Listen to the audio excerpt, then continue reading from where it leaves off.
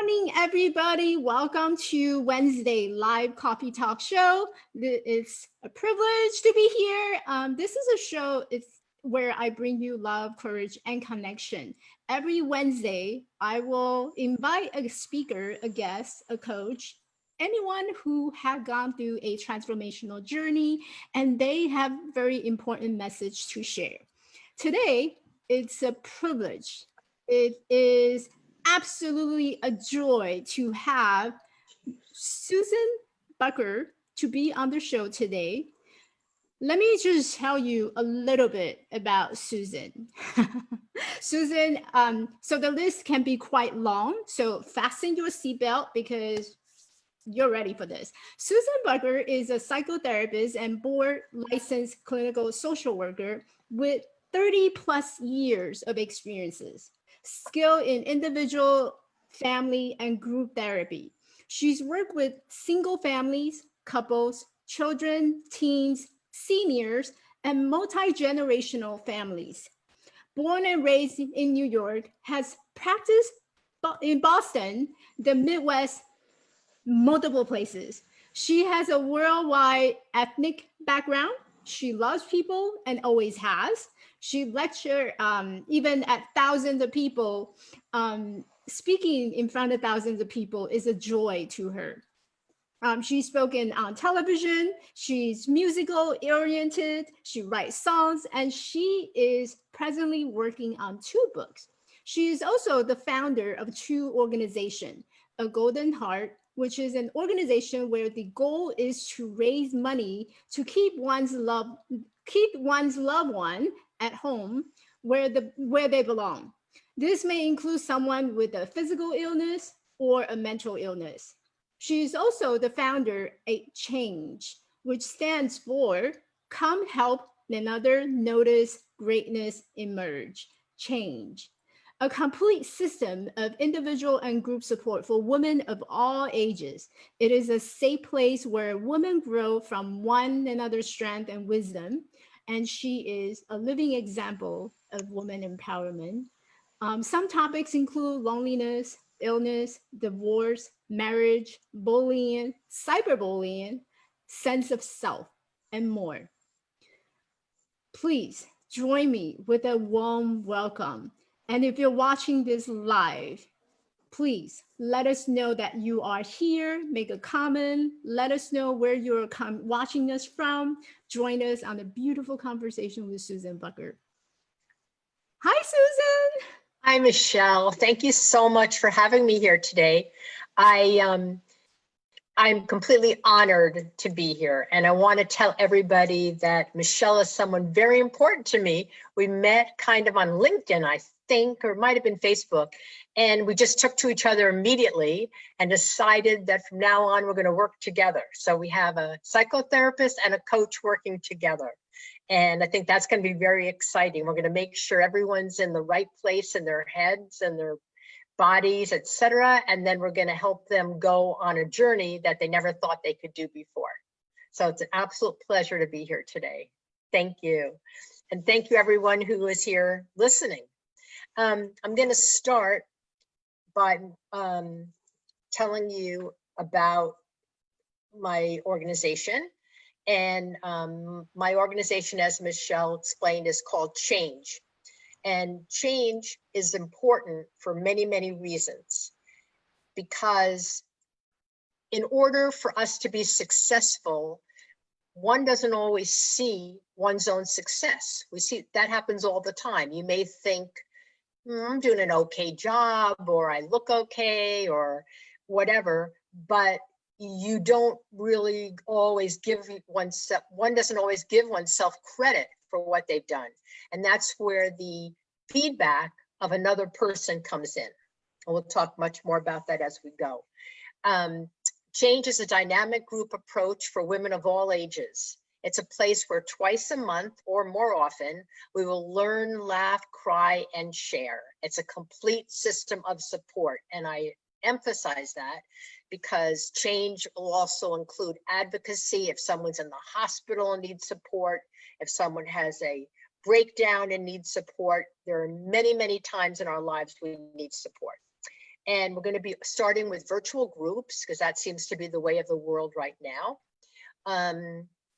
And we'll get into groups, I think, on a little bit of a later screen.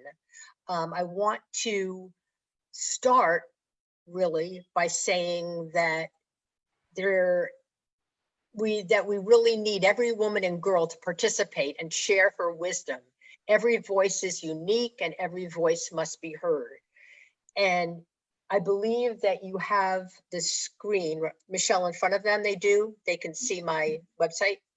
Yes, they can see your website. Perfect. So now we're going to go down to Three Little Diamonds. And this isn't just a poem. I should backtrack and tell you that I've written 26 poems, maybe 27, and they're all going in the form of songs. We have a producer and a singer, and there's going to be a special book of all the poems put to music and to art, because both music and art are forms of communication and relaxation and are very important. Now, for everyone who is out there, which is probably all of you, I think, who love me and are family members, I want to start by saying, coincidentally, even though I don't really believe in coincidences, but today is the anniversary of my mom's passing 23 years ago. And this Three Little Diamonds, that's what this is all about. So for those of you that can see my necklace, you'll see the three little diamonds on my necklace. My daughter has the same one. And I want you to listen carefully to what this means because of our connection. Three little diamonds. Three little diamonds can say so much, though we feel them with just one touch. They tell a story that could never end. From one generation to another, good wishes they send. For one generation is not alone. It leads to the next one and it sets its tone. Three little diamonds all in one row, weather every season, sunshine, rain, or snow. They are never disconnected. They shine from just one light, whether it is sunny or on a rainy night. They share all of life's good times and bad, and where one ends up good times and bad, and the other diamonds know and one diamond's sad. From one another, they each get to grow, and where one ends up, only the remaining diamonds know.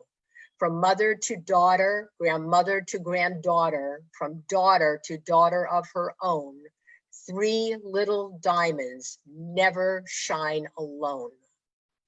And you really need to think about that and what that means, because it means that we learn so much from each generation and we're always connected. And we'll get into that a little bit later. About us, you'll see a picture of me from one of our Epic Care galas that I've created and we have every year. And we're going to be having galas through C.H.A.N.G.E too, I'll tell you about. Everything starts with how a woman feels about herself. A positive feeling leads to an optimistic outlook on life.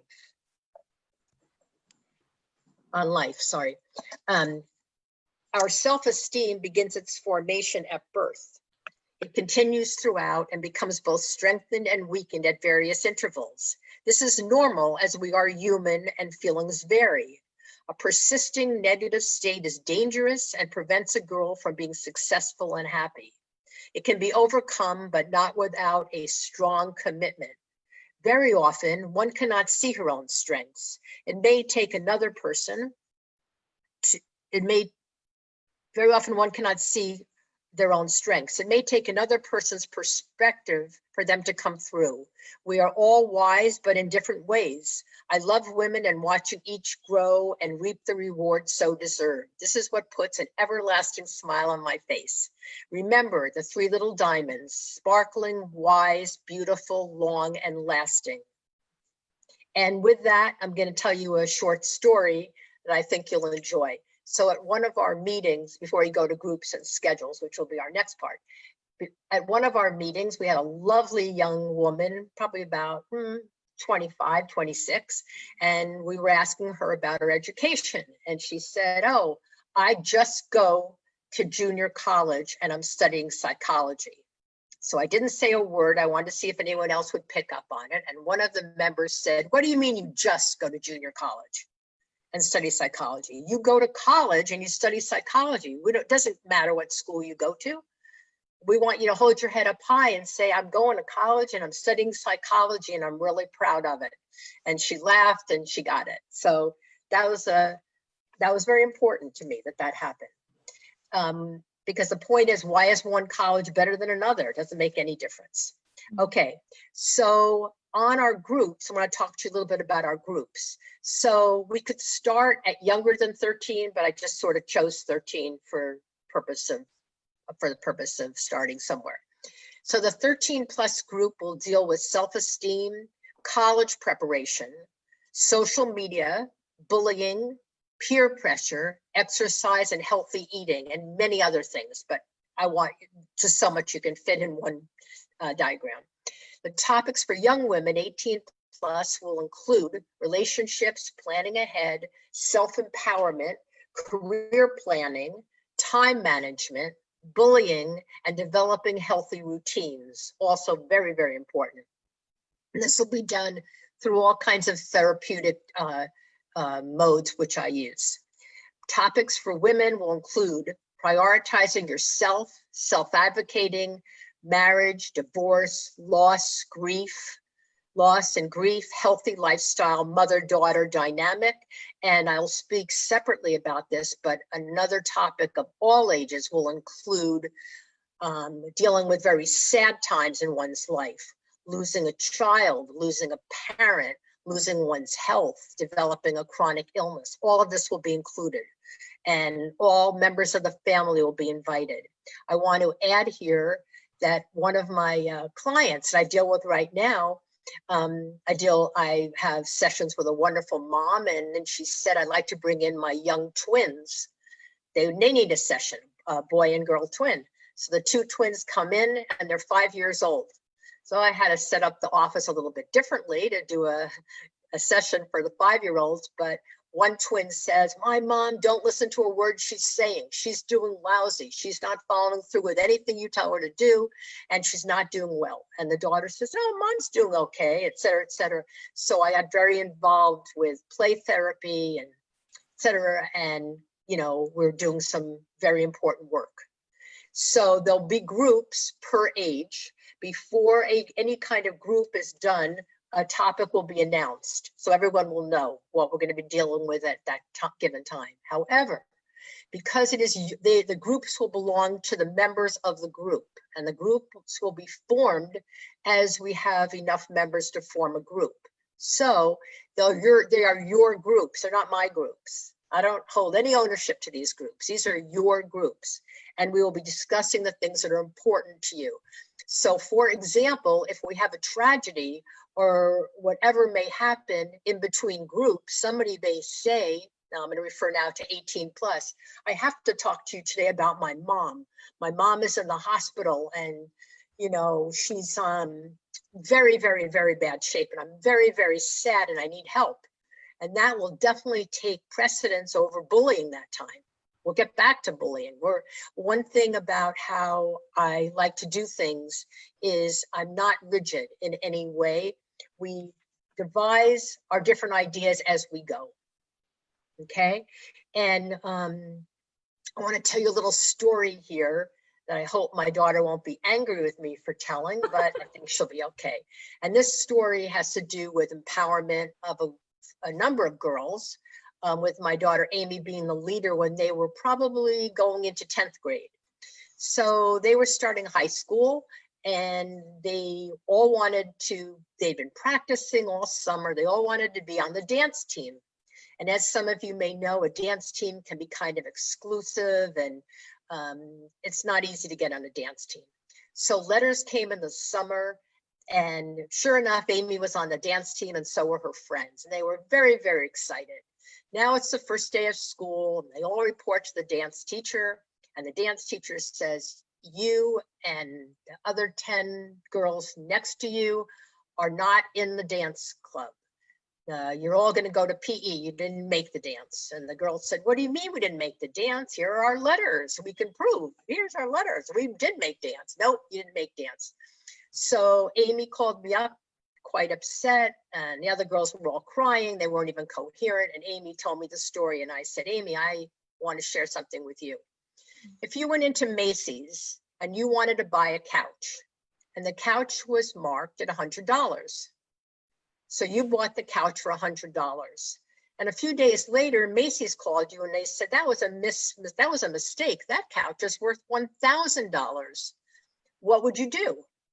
You're in the right. You bought that couch for $100. It was marked $100 and you get it for $100. And she says, okay, Mom, I don't have time to talk to you now. Goodbye. So Amy led the girls to the office to see the principal of the school and told the story about the couch. And the principal said, oh, let me backtrack 1 second. One of the other mothers said, I'm going to go in there. I'm putting on my stilettos and my fancy dress, and I'm going to go in there and I'll tell that principal. And I said, you know what? That may not be the best approach to get what we want. Let's try it a little bit calmer. Let's assume they're going to do the right thing. Of course, they're going to do the right thing. So Amy went in there and talked to the principal. The principal went back to the dance teacher and she said, you made a mistake. And you will start a second dance class and you will accommodate all of these girls. So Amy and I took a whole bunch of the girls out to lunch and we celebrated and everything was great. But that was a good example of empowerment, which sometimes in the Jewish Yiddish talk, we call chutzpah. Good chutzpah and not so good chutzpah. I'll get to that in a while. I've learned that. Was real. Sorry, Michelle. I learned that the other day. You taught me that vocabulary. Yeah, I told you had a lot of the Jewish in you for me. So that was good chutzpah because she stood up for what she believed was right. And that's always the right thing to do. Okay, very briefly, we're going to do membership and fees, which is important for me to explain to you. So the groups will be an hour and I don't think I put that here. So I should add that. Groups are an hour and a half. It's not an hour group, like 50-minute group. You get a full hour and a half. And it's $600 for all of those sessions. And we hope the same people will stay in the group. It'll become quite an intimate situation. And anything that is discussed in groups, when I lead them, stays in the groups, period, end of discussion. So people can really, really talk from their heart. And any of you that have been in groups with me know what I'm saying on that. We'll have you can read this yourselves later, individual counseling, family counseling. The reason family counseling says 2-hour minimum basically is because when you have a whole family together and you're trying to deal with a very tough issue, like someone in the family is very, very ill and everyone is scared and we have to address it and we have to figure out how we're going to empower everybody in an hour, and everyone interrupts everyone. I should add that too. Sometimes a family session is done in another language. We have to use an interpreter phone and interpret the whole session. It can't be done effectively in an hour. That's why we have a 2-hour. If it takes an hour and a half, you're charged for an hour and a half. And the same thing with family coaching. If it's off-site, or couples coaching, if I'm going to come to you, it's going to cost a little bit more. What you want to scroll down and see. Special arrangements may be made upon need. That's very important. No one's going to be excluded from anything because they don't have the money to pay for it. That's not what change is all about. Change is about including everybody. Okay, change is ethnic. Change will change as the times change. We will also have events. So as we get going, we'll have events where we'll have different themes. And one theme might be, we were thinking be fun, little black dress theme. So everybody gets dolled up and dressed up, et cetera, and we have an event. And we have different booths. So remember, the idea behind change is come help another notice greatness emerge. One woman may be a pro at selling jewelry. Somebody else may have a clothesline. Somebody may have a makeup line. For the younger generation, they have told me they would like a singer. They would like a dancer. They would like music incorporated in that. And someone may want to talk about the real estate. Somebody, we'll bring in an attorney to talk about issues that would involve maternity. We could bring in an OBGYN. We could bring in an oncologist. The sky is not the limit. We could bring in anybody we want to. And if someone has a booth and they pay a nominal amount to be a member of C.H.A.N.G.E, whatever they make, whatever they make from doing the group is their money. So we had such an event at one point where we didn't do it through C.H.A.N.G.E. We did it through a gala, and we had a jewelry line, and we didn't charge anything for the jewelry line, and the jewelry person made about $1,500 in a few hours. So she calls me every now and then and asks me, when is the next event? So I love that event because she just came and bought the jewelry and everyone bought it. So the idea is to empower every single person in what it is that they do, because what everyone does is very, very important. Okay, so you'll see on the next page under contacts, that we want to know a little bit about everyone. So, and on the biography, that's important. You can write it or not write it. It's just going to go to me. And a lot of you know me, so it's very personal. And those that you don't will, and you'll see that you can trust me. We want to know more about you. Why do we want to know more about you? We want to know more about you so that we can make the group fit what it is that you need. That's the whole purpose behind that. So that's very simple. Now, the most important part of this website is the blog. So you all want to go to the blog. And we're going to open that. Okay. So let's learn a little bit about why we're doing C.H.A.N.G.E. Where did C.H.A.N.G.E come from? So I'm very excited about my organization because C.H.A.N.G.E has been my mantra all my life. No one can do life all alone. We require the wisdom and experience of others, whatever that experience may be. My grandmother, those of you that are in the family may or may not know this story, but my grandmother became a talented seamstress and clothes designer. My grandfather was a clothing manufacturer who entrusted my grandmother with all the designing. My grandmother never knew she'd be designing clothes. She had no idea. She happened to be quite talented, and only what she designed was marketed. Go Grandma. And she was really great. We will be talking more about this once we get to the generational structure, as you saw in Three Little Diamonds. My beloved mother, may she rest in peace, you're here with us today, Mom, was the oldest of 4 children. She loved to read articles, stories, and write. She was headed for a career in journalism. However, this was not uncommon at that time. Her father decided that he needed her help with her siblings, and so he and her mother could make a living. She finished several years of college and worked part-time at the Boston Public Library, which she loved. While she didn't return to college, she had a plan. Every woman needs a plan. She taught herself and ended up having an extremely successful career in public relations and hospital administration at the university level. As a matter of fact, she wrote the speeches for the president of the university. Wow. I was the middle child with 2 brothers. I was always active in school and extracurricular activities. My mother would say, you can't have 100 best friends. It's impossible, but I did. I loved everyone. My parents were loving and supportive and told me that I could do or be anything that I chose. My father even went so far as to tell me I could be the first woman president. Now, that was not a good idea for me. I didn't like that idea, but that's what he thought. I will tell you about my work with underprivileged and emotionally and physically challenged children and teens. I will also share with you my encounters with discrimination. I might tell you briefly about that now. I was elected president of the Huntington, New York Freedom Center, which was interesting as I was the only white Caucasian member. So one of my classmates, James C.H.A.N.G.E, and I decided that we were sick of the discrimination that was happening in our hometown. That the Black students and the white students were all going to get along if we had anything to say about it.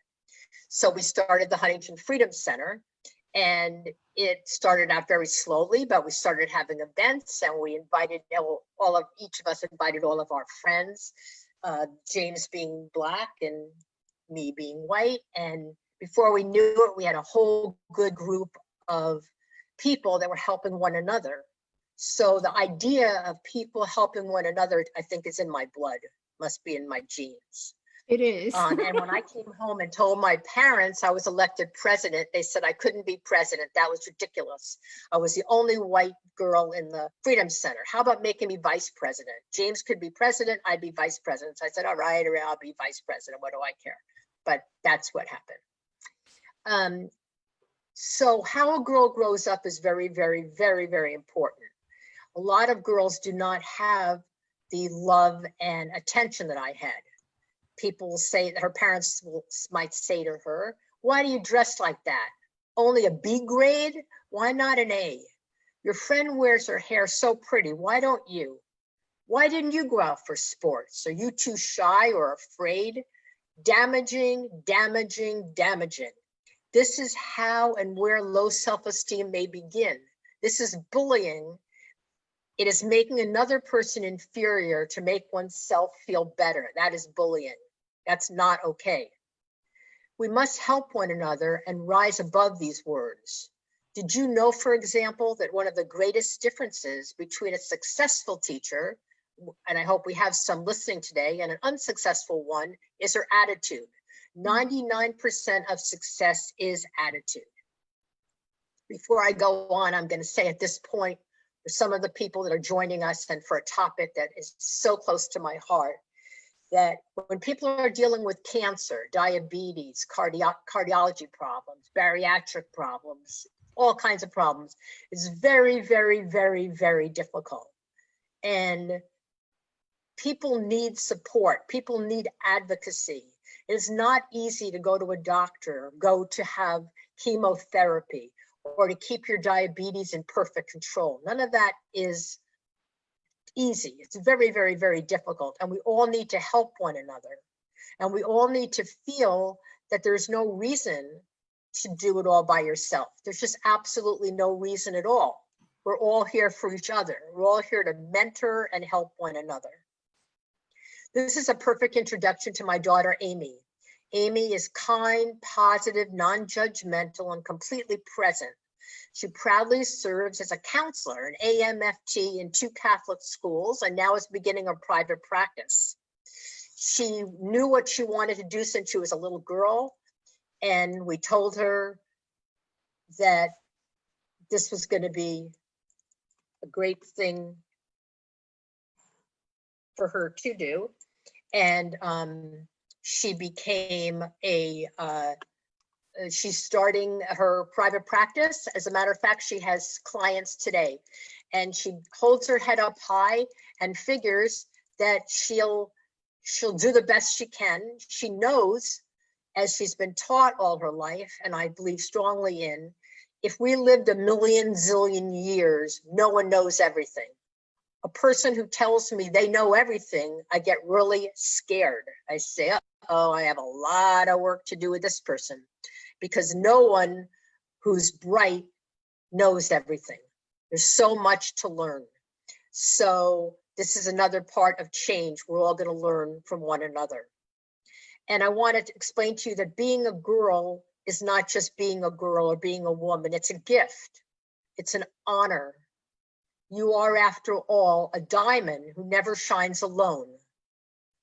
And that's a very important message. If we scroll down after the holidays, I want to talk to you about Mean Girls.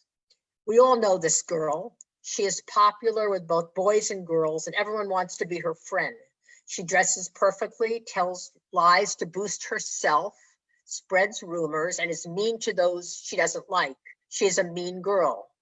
You need to avoid her and understand her motives. Spend your time with those who appreciate you for who you are. You're terrific. You don't want to be in a group with a mean girl. So that's a subject we will definitely work with the teens. Because if a teen is too exposed to someone who is too mean, it will damage her self-esteem. The next subject that we're very big on is bullying. Bullying Teens who bully are at a greater risk for engaging in delinquent behaviors. They have a greater risk of substance abuse and dropping out of school. Both bullies and victims tend to experience greater depression, which may lead to academic problems, loneliness, and social isolation. So when we see a bully, we have to figure out, how do we help that bully? And I have a good story for you in a minute. People who were bullied as children are at risk for having less of a supportive social network during adulthood. Both victims and perpetrators of bullying seem to be more vulnerable to experiencing both internalizing loneliness, depression, and anxiety, and externalizing antisocial symptoms. A victim can be anyone, but tend to be those with some of the following issues. Some of these issues include a low understanding of emotional and social interactions, which we can help with and change, a suffering from anxiety or depression. Maybe the person's been bullied him or herself, so that's what they know. One of a minority status or ethnically, racially, or religiously. I just read online about an Asian girl who said that it's a great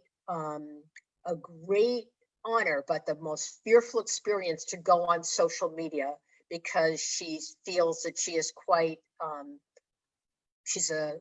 a good sized girl, and she feels very self-conscious, and she's been terrorized by the mean girls that she affiliates with. And she's a beautiful girl. You should see her picture, and she doesn't even see it.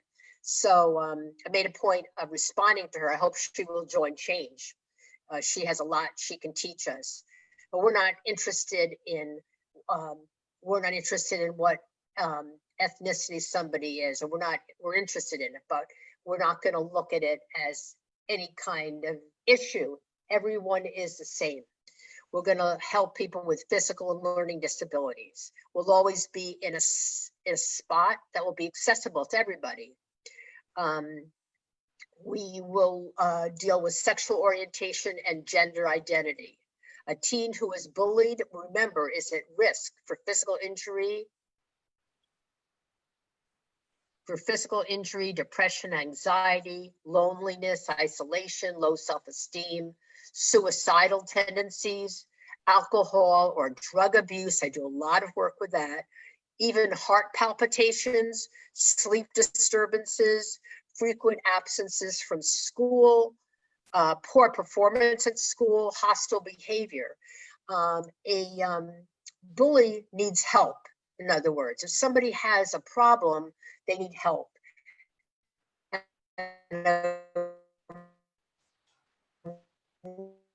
really good story about that I like is a girl that we taught not to be. What's such a nice girl? Why are you bullying the other girl? And she looked at me like, what, are you crazy? I'm a bully. And I said, well, I have a good idea. What about if we make you the girl's bodyguard? So from now on, anyone who bullies her, you're going to step in and you're going to make sure they don't bully her, which makes you very important, and you're the bodyguard. That idea she liked. So she became the bodyguard. And anyone who bothered this girl, she stood up, she said, what are you? Have something wrong with you that you're going to bully this wonderful girl? What's wrong with you? So that was a good thing that she became the bodyguard rather than the bully. That should help her later in life. It sounds like you, instead of punishment, you did it as empowerment. So instead of punishing those who bullying, we empower others to hey, look at the strength that you have. Absolutely, because why would this girl, she only thought she could be a bully. She didn't know she could be so powerful, but it takes another to let her know that, i.e., that's exactly the reason for change. Now, the next poem I'm going to read you, called C.H.A.N.G.E, is also going to be put to music, but it's very important, and I want you to thoroughly listen to these words. What makes a woman special? Is it what she'll wear? Does it have anything to do with the color of her hair? Is it any way related to the money she makes Or do you think it's connected to the challenges she takes? Does it have to do with the bumps of life she'll have to ride? Or is it based primarily with what she has inside? Should we take a look at how she'll grow? Since growing takes a lot of strength, this all women know.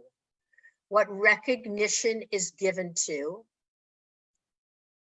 how much for others she'll care, or if she has a wisdom to know life isn't fair. I see every woman's greatness and all that she's about, but it may take another to bring that greatness out. Whether your name is Amy, Whitney, Tara, or Heather, we need every one of you to put the puzzle together, using all of our energies to the point we feel a surge. Only then our true greatness will blossom and emerge. And I want to talk a little bit about that. Being strong is not easy. A woman has been known to hold a family together, but what if the family is very difficult to hold together? And what if the woman who is holding the family together is falling apart herself? We're only human, so that's going to happen. In my family, if my family is watching, and Jen or Leslie or Evie or Billy or Renee, we know we have endured a lot. How do we persevere? How does anyone persevere? And when we can't or feel we can't, who is there to catch us? That is essential. We have to know that somebody will help us and somebody will catch us. The book I am writing, and that's about perseverance, courage, and the importance of a positive attitude and how we teach these qualities to others. So as a member of Change, you're also going to be a mentor, which is also very, very important. And you're also going to learn how important it is to stand up for how you feel. When I work with girls who are diabetics, when I was in Boston and I worked at the C.H.A.N.G.E Clinic, which is world known for diabetes, I started a diabetes youth clinic. And I had a lot of run-ins with the doctors because they would say to some of the teens, why do you eat like that? You're cheating. The word cheat, by the way, is out of my vocabulary. I don't believe in cheat and I don't believe in perfect. So I said to the doctor, now wait a minute. So you're saying this person, this teen is eating ice cream and too much sweets, et cetera, and didn't you have a piece of cheesecake the other night for dessert and different things that you eat? Are you perfect? You're not. And so let's get away from perfect and let's get away from anything that makes someone feel badly. Let's treat everyone as a human and as an important person. And the doctors decided that was true and they agreed with me. So that was good. Those of you that know me from the medical field know that there'll be a lot of medical basis to change because people go through a lot of medical problems in life. People go through a lot of mental health problems in life, a lot of loss in life. And I'd like to tell you a story. I'm not sure how I am on time. I think I'm okay. But I'm gonna leave time for questions. So I'd like to tell you one other story about how important it is to have good chutzpah. So remember, chutzpah is courage when it's good. And every woman must have courage. And remember, when you don't feel courageous, that's when another woman helps you. That's when another person leans in and helps you get through that situation. Doesn't make you weak. The strongest women are the ones that ask for help. The ones that don't ask for help don't know that they need to ask for help. So when I was in Boston, I was 23 years old and they gave me a white coat. So I thought I was pretty important. And I was to do the psychological on the medical hospital unit. So I had my first client, one of my first clients was a woman about 32 years old who had a husband and 3 little children, lovely children. And why she was there was she had a very serious diabetic situation, which entailed losing, having one of her legs amputated. She had a gangrenous leg and had to be amputated or it would have taken her life. So when I went in to see her, excuse me, when I went in to see her, she was sobbing and she said, I can't have this surgery tomorrow. I'm not ready. And the surgeon was just here. And he said, I have to have the surgery first thing in the morning. So after I spent some good time with her, I thought, I don't think she should have this surgery in the morning because she's not ready for it emotionally. And if she's not ready for it emotionally, there are going to be all kinds of problems. So I went to the nursing station and I asked who the surgeon was on this particular case. And all the nurses started giggling and carrying on. I didn't know why. So anyway, I got the name of the surgeon and asked if we could page him. So we did, and the surgeon comes to the nursing station. Little did I know why they were laughing was he was the head of surgery at Harvard. No one pages the head of surgery at Harvard. He was livid. He came to the nursing station and he said, hello, yes. And I said, well, my name is Susan and I just saw one of your patients. And he said, yeah. And we established in a short period of time that was a patient who was to have surgery in the morning. And I said, doctor, in all due respect, I know you're the surgeon. I did not know yet he was the head of surgery. I said, in all due respect, I really feel if it's possible for you, could the surgery be delayed one day? He said, why? Why would it be delayed? She needs the surgery tomorrow. I said, well, she's so emotionally upset. I feel the surgery could be detrimental. And I would appreciate if there was any way you could help us out. So with that, I went about my business. I went back to see her. All of a sudden, I hear my name being paged on the loudspeaker of the hospital. Return to your department immediately. I said, uh-oh. So I returned to my department, and in my department is my boss and some HR person in the hospital and the surgeon. And the surgeon tells my boss and HR, I want her fired immediately. No one talks back to the head of surgery. And I explained again, I said, I wasn't trying to be disrespectful. I'm always respectful, but I'm the psychologist. I'm supposed to talk about what I feel, and I don't think she was ready. So when the meeting was over, the HR person said, absolutely under no grounds do you fire her, give her a raise, and it's about time someone spoke up to him. He has too big of an ego. So that's good chutzpah. He probably thought that was bad chutzpah if he knew what chutzpah meant. But I think that story explains where I'm coming from. So this might be a good time to open it up for questions. Just a few statements that you'll see on my homepage and with pictures. You might want to try to remember these. Why would you want to be like anyone else? Like yourself and others will follow or not. Individually, we are strong. Collectively, we are invincible.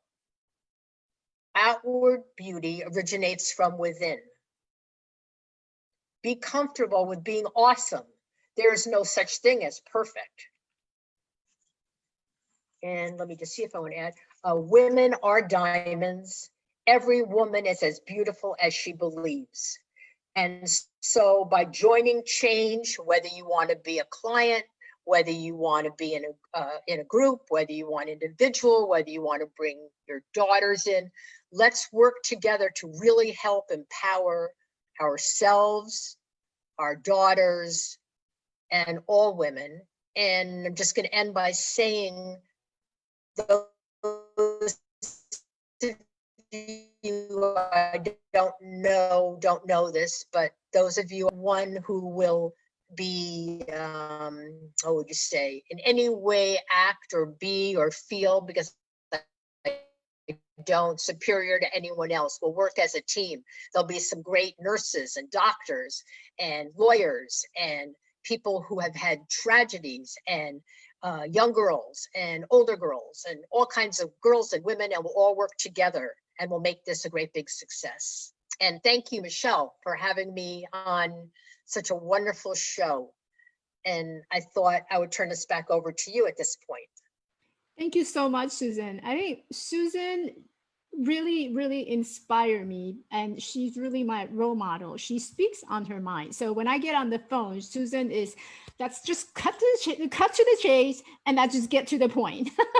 And I love this personality because Thank as you. women, a lot of time we don't speak what's on our mind in our mind, and we don't speak what's in our heart. And Susan is this perfect example of someone who knows exactly what's going on in the mind, and she speaks through her heart. So a lot of time when I get on the phone with her, she gives me the most honest and genuine and authentic advice and feedbacks and questions, and she just continue to empower me in such a way. It just makes me a stronger person every single day when I get on the phone with her. And she reached out to me. I'm really grateful for her because it was just out of the blue kind of things. She reached out to me and we connected. I remember I just published my book, and I offer her, can I send you a copy and you let me know how you feel about it. And she gave me like such a great feedbacks in terms of what she thought of the book. And she's all about empowerment, how we can empower each other to be better, to bring the best part out of ourselves. So I do. Yeah, go ahead, Susan. I You was were just going. going to say, so what Michelle does not tell you is she has been through a tremendous amount in her life. And she know when I talk about different types of disabilities, by the way, I also forgot to mention, every person in the world has a disability. Why does every person have disability? Is everybody good in math? Is everybody good at dancing? Is everybody good at gymnastics? Is everybody smart about writing? Is everybody good in everything? No. So everybody has something that is their area that they have to address. And everyone can help everyone else. And Michelle she is my role model. She has been through so much, and she has a fabulous show and a fabulous attitude, and empowers everyone who comes her way. And she'll be on her program. Don't let her poo-poo who she is. She'll be one of the greatest members of change. I promise you that. And I wanted to ask Michelle if there's anyone who wants to ask any questions. Anyone out there has any questions for me or statements? Yeah, so those of you who's watching us live, if you have any question about change or any question that you have for Susan, this is a great opportunity for you to, just type in the comment and let us know. And Susan is right here to answer any of the question that you may have. I will also have the link in the episode note, in case you thought about it and you wanted to go back and reach out to her. That's also another option. But, if you're watching this live, just put it in the comments. I do have a question for you, Susan, if I may. Okay.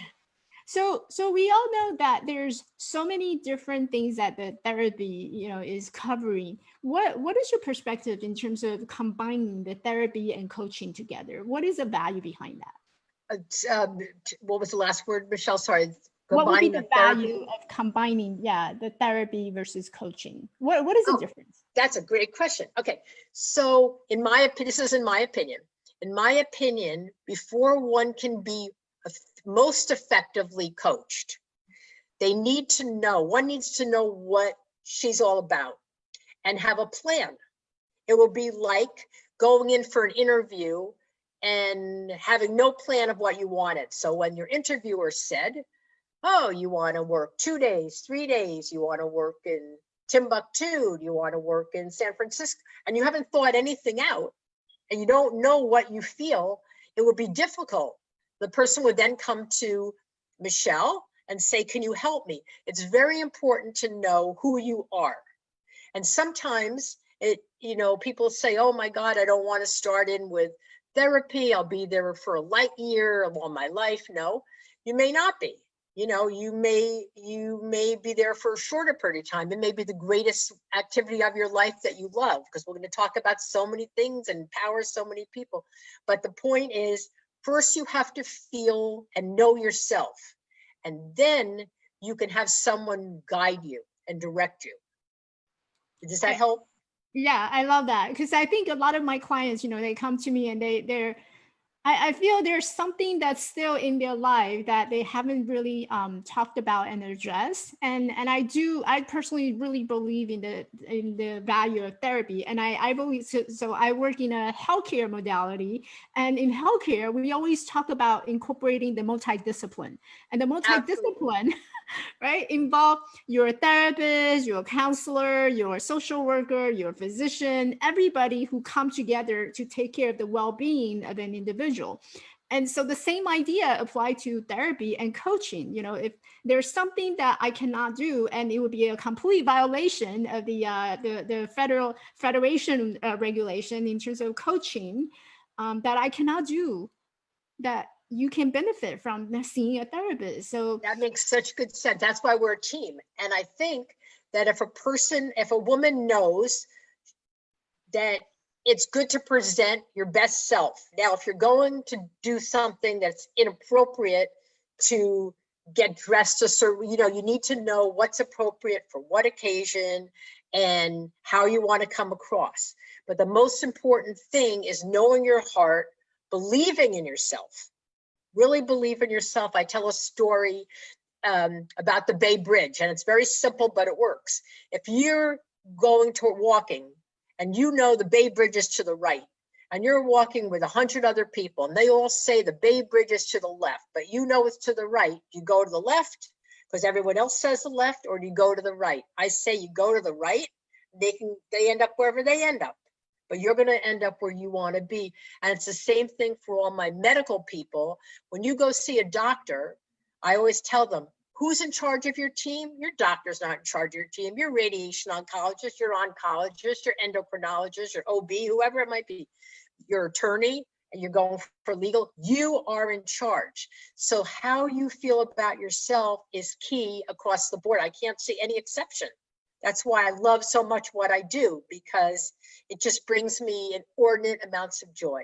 I just it's meet beautiful. great people and do my very best to help. And when I can't help, I say, you know what? I'm stuck. I can't help. But I think we could find someone who could. And they might say, I've been to 5 doctors. No one can help. No, don't say that. Someone somewhere in this world can help. And we're going to find that person. And And sometimes, that's how I leave it. And that's how I feel. No exception. yeah.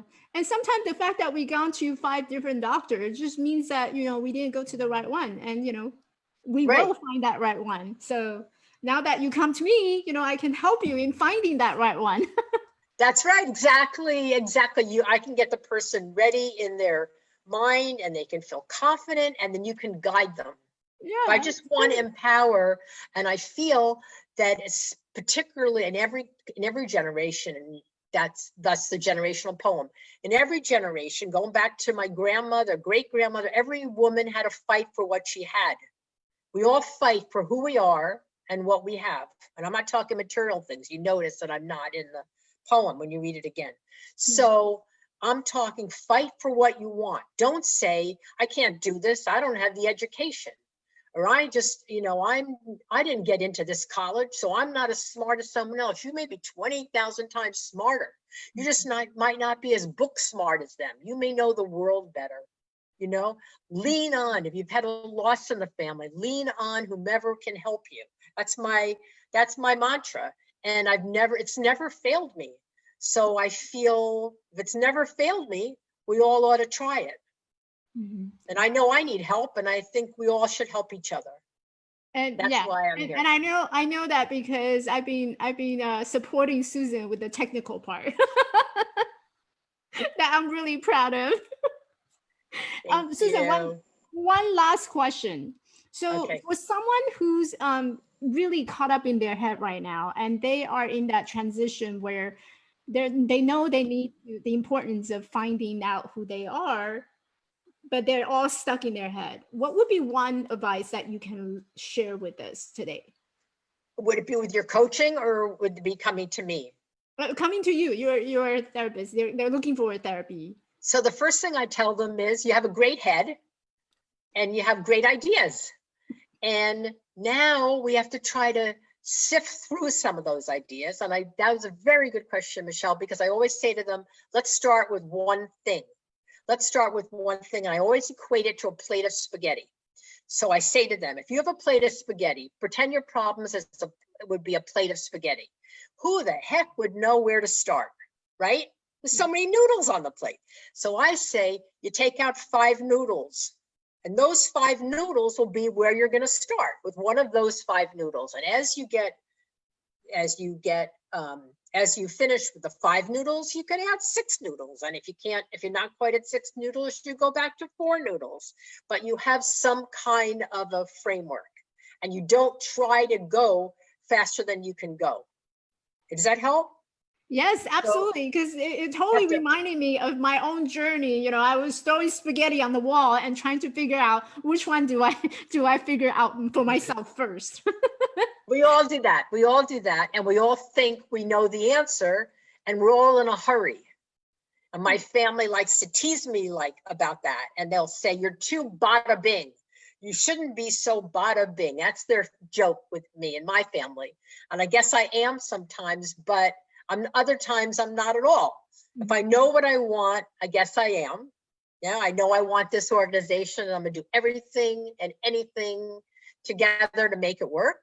But if it's something I don't know, I'll take out 2 noodles and I'll say, so I'm not as fast as you. You figured out 25 noodles. Good for you. That's good. But I only know how to do 2, and that's good too. Woo! Yay! I am super excited for the year ahead. You know, I can't wait till this whole thing of pandemic is over, so I can actually go and visit you and grab coffee with you. Because yes, me too. I can't wait. I keep feeling like we have known each other since the last lifetime. Me too, Michelle. Me too. And I'm so happy that you have me on your show. Thank you so much. Thank you, everybody, for listening. Thank you, everybody who will listen to it later. Michelle, can you explain to them how they could hear it later? Some people were very sad they couldn't quite be here. Yes, absolutely. So I will have all the recording and also episode notes, Susan's website, all the information about Change that will be shared on the post. So I will share that post to Susan. You can click on the link and you'll be able to re-watch this recording anytime that you want. And you can also reach out to Susan anytime you want. So go ahead, Susan. And that'll give me the time to perfect it. When I hear the recording, I'll say, oh, I can't believe I said that, or I can't believe I left that out. And that's good. That's a good feeling, because that means we have a lot of work to do. And we do have a lot of work to do. Yes, it's always about learning and growing. So, and we're going to keep growing and growing and growing forever. Yeah, and I'm excited for the event that's coming up that you and I collaborate. Awesome. Well, thank you so much again, Susan, for coming to the show. And thank you everyone for joining us this morning. It's been an amazing morning, and hopefully, you find something that's very valuable to you to make a change in your life. And joining me next week for another episode of Live Coffee Talk. And I will see everyone then. Bye. Bye, Michelle.